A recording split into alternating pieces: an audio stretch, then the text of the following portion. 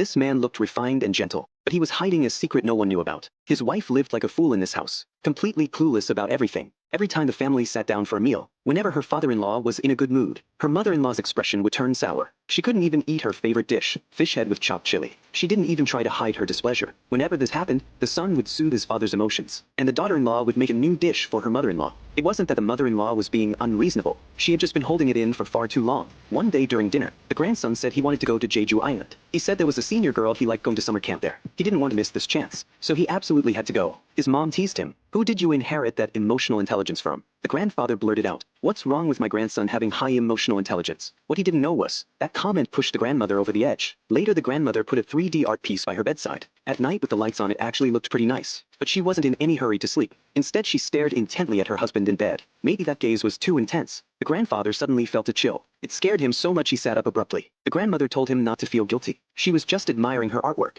The grandfather asked if she could take it down. He had slept with it for 2 nights already. It felt like sleep paralysis every time. But no one in the family could understand what was on her mind. The grandfather had no choice but to drop it. One day, the grandfather took his beloved dog for a walk on the hill behind their house. This was his daily exercise routine. But strangely, today he accidentally lost his footing. The dog Jimmy started barking like crazy. He realized something was wrong. Loose gravel kept falling beneath his feet. Instinctively he looked up, but it was already too late. A massive rock came crashing down. And just like that, the grandfather was dead. The sudden tragedy was hard for the whole family to accept. The sister-in-law came running from far away in tears. "My brother died so horribly. How could he be killed by a falling rock?" The grandmother sat there without saying a word. The daughter-in-law wanted to take her home to rest. That's when her husband's colleague Dr. Wu offered to drive. The daughter-in-law didn't think much of it. But what she didn't know was, the nightmare had only just begun. At the funeral, the daughter-in-law heard someone crying in the corner. Curious, she walked over. The moment the woman looked up, the daughter-in-law froze, because this was one of her husband's patients. Her husband was a psychiatrist. He had just taken on this girl as a patient not long ago. From their previous conversations she had learned, this girl had fallen in love with someone,